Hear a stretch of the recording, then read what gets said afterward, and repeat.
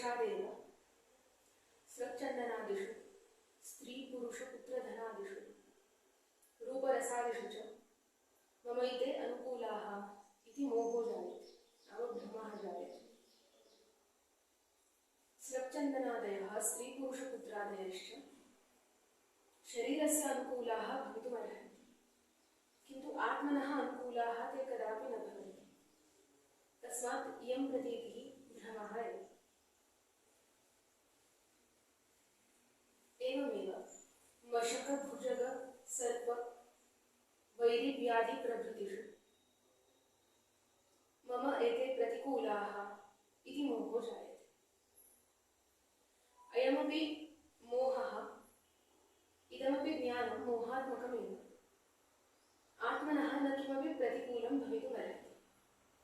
तथापि श्रूयते नैनं छिन्दन्ति शस्त्राणि नैनं दहति पावकः न चैनं क्लेदयन्त्यापो न शोषयति मारुतः।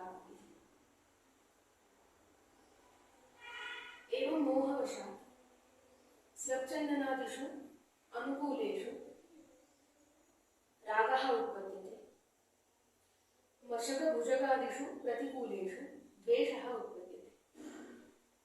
एवमेव स्वच्छन्दनादीनाम् अप्राप्तौ तत्कारणेपि द्वेषः जायते।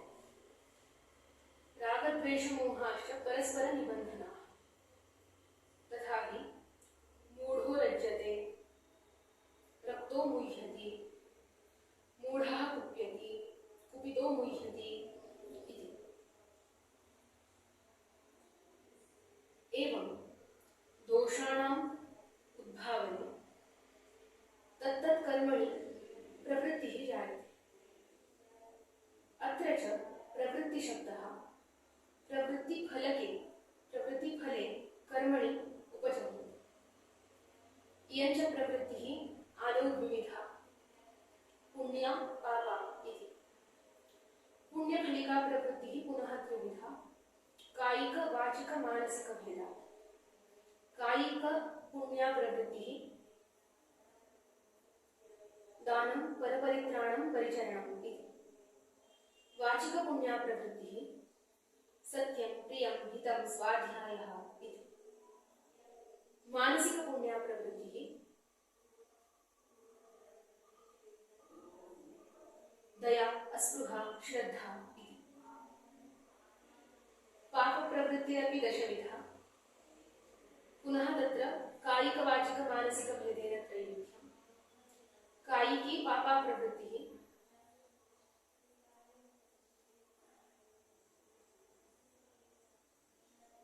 हिंसा स्तेयं प्रतिषिद्धमैथुनम् इति।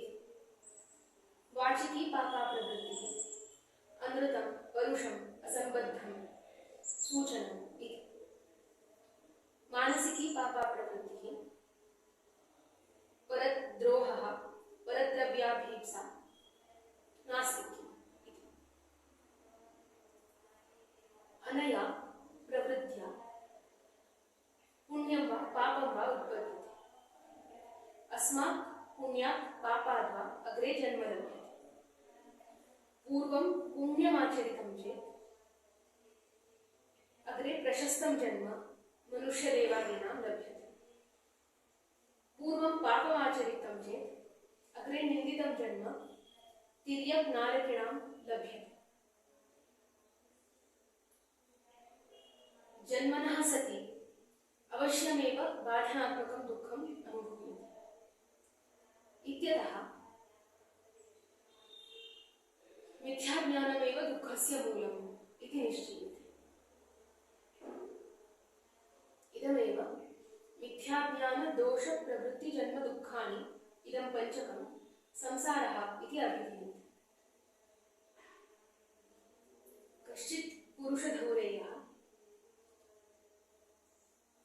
लब्धनरजन्म पूर्व सुकृतानां परिपाकवशात् आचार्य उपदेशम् अवाप्य इदं दुःखमयं संसारं हेयत्वेन निश्चिनोति। ततश्च मिथ्याज्ञानमेव दुःखस्य कारणम् इति ज्ञात्वा तन्नाशनाय तत्त्वज्ञानमुपायम् अवधार्य तत्प्राप्तौ प्रयते। इदं तत्त्वज्ञानं नाम आत्मतत्त्वज्ञानम्।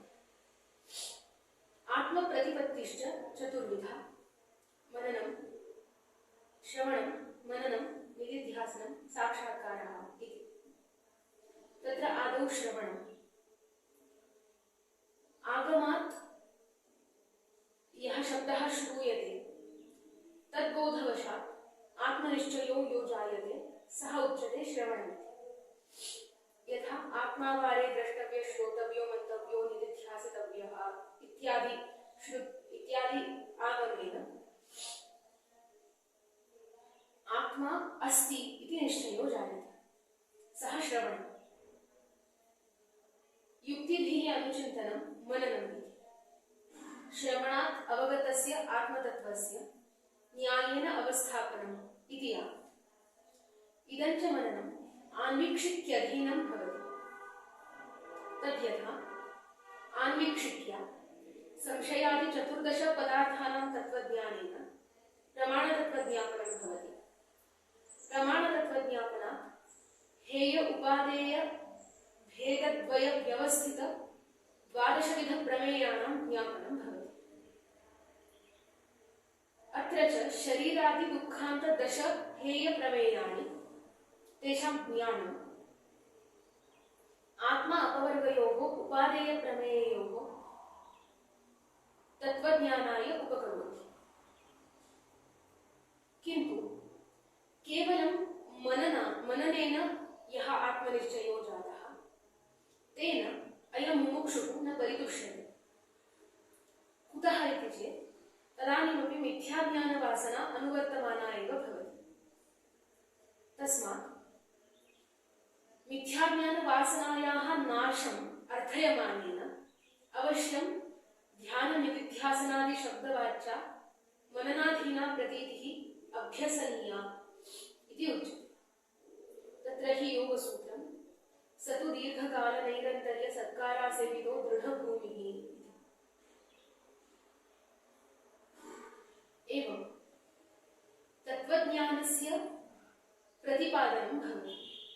कथमिति चेत् परिनिष्पन्नध्यानोपायेन तत्त्वज्ञानं प्रतिपद्यते। तथापि एतावता मिथ्याज्ञानवासना बलीयसी आसीत्। पुनः पुनः अभ्यासवशात् मननवशात् तत्त्वज्ञानवासना तुल्यबला अभवत्। अग्रे पुनः पुनः अभ्यासेन, पुनः पुनः संस्कारेण सैव वासना अत्यन्तबलीयसी भूत्वापि मिथ्याज्ञानवासनया सह अनुवर्तमाना भवति। निदिध्यासनादिवशात् सा अत्यन्तं बलीयसी तत्त्वज्ञानवासना मिथ्याज्ञानवासनया विविक्ता भवति। समूलकाशं कषित्वा विविक्ता भवति। विविक्तायाम् अस्यां तत्त्वज्ञानवासनायां तत्त्वसाक्षात्कारः उत्पद्यते। अयं च तत्त्वसाक्षात्कारः इदं यत् आत्मतत्त्वज्ञानं तत् पूर्वम् आगमजेन, श्रवणेन, अनन्तरम् आन्वीक्षिक्यधीनेन मननेन, अनन्तरं च ईदृशतत्त्वसाक्षात्कारेण त्रिविधेनापि प्रमाणेन उत्पन्नम् इति कृत्वा, त्रिविधेनापि प्रमाणेन अवधारितम् इति कृत्वा अत्यन्तं बलीयं मिथ्याज्ञानं बाधयति। मिथ्याज्ञानं यदा निवर्तते तदानीं दुःखस्य आत्यन्तिकनिवृत्तिः भवति।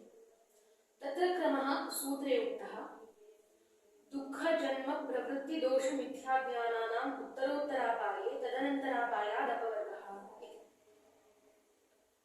अत्र हि उत्तरोत्तरं पूर्वपूर्वस्य कारणं। यथा मिथ्याज्ञानं दोषाणां कारणं, दोषाः प्रवृत्तेः कारणं, प्रवृत्तिः जन्मनः, जन्म च दुःखानाम् इति। एवं सति उत्तरोत्तरस्य नाशेन पूर्वपूर्वस्य नाशः भवति। कारणनाशात् कार्यनाशस्य अवश्यं भावात्। तथा च मिथ्याज्ञानस्य सत्त्वाज्ञानस्य नाशात् दोषाणां रागद्वेषमोहानां नाशः भवति। रागद्वेषमोहानां नाशे सति प्रवृत्तेः नाशः भवति। सः पुरुषः कुत्रापि सुकृते वा दुष्कृते वा कर्मणि न प्रवर्तते रागद्वेषमोहानां प्रवर्तकानाम् अभावात्। प्रवृत्तेः नाशे सति धर्माधर्मसञ्चयस्य अभावात् जन्म न लभ्यते। तेन अनागत अपूर्व अनुत्पादः भवति। एतावत्पर्यन्तम् उच्यते अपरनिश्रेयसम्। ततः अग्रे जन्मनः अभावात् दुःखस्यापि अभावः भवति। इयं च आत्यन्तिकी दुःखनिवृत्तिः।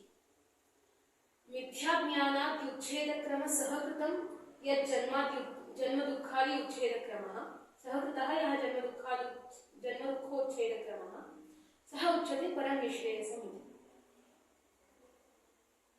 को भेदः परापरनिश्रेयसयोः इति चेत् अपरं निश्रेयसं नाम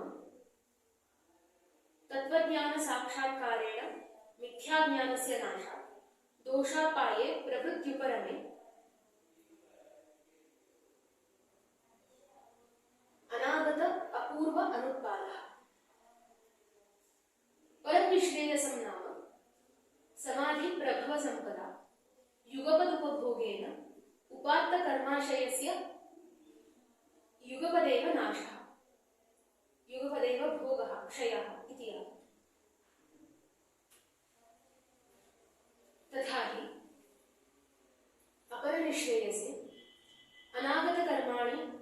अनागत अपूर्वाणाम् अनुत्पादः भवति। तेषां प्रागभावः परिरक्षितो भवति इति यावत्। तथा हि तर्हि तत्र स्मृतिवचनविरोधो नास्ति वा इति प्रश्नः।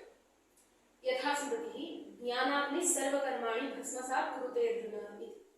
नाम पूर्वपक्षस्य अयमाशयः आत्मतत्त्वसाक्षात्कारेणैव सर्वेषामपि कर्मणां नाशः भवति इति। किन्तु तन्न अवश्यमनुभोक्तव्यं कृतं कर्म शुभाशुभं न भुक्तं क्षीयते कर्म कल्पकोटिशतैरपि इति वचनविरोधः प्रायश्चित्तविधिविरोधाच्च। अतः ज्ञानाग्निः सर्वकर्माणि भस्मसात् कुरुते अर्जुन इत्यत्र यत् कर्मपदं तत् न भुक्तं क्षीयते कर्म कल्पकोटिशतैरपि इत्यत्र उच्यमानं यत् प्रारब्धं कर्म तत् व्यतिरिक्तकर्मपदं किञ्च प्रायश्चित्तविधिविरोधेन यत् सञ्चितं कर्म तत् कर्म अतिरिक्तपरम् इति उच्यते। एवं सति प्रारब्धसञ्चितकर्मणां कथं नाशः इति चेत् प्रायश्चित्तेन नाशः इति तु उक्तमेव। किञ्च योगर्थिवशात् नियत अनियत विपाकफलान्यपि सर्वाण्यपि दीर्घकालफलान्यपि कर्माणि पिण्डीकृत्य भूतेन्द्रियविजयी मुमुक्षुः तानि युगपदेव भुङ्क्ते इति। तेन हि तस्य सर्वेषामपि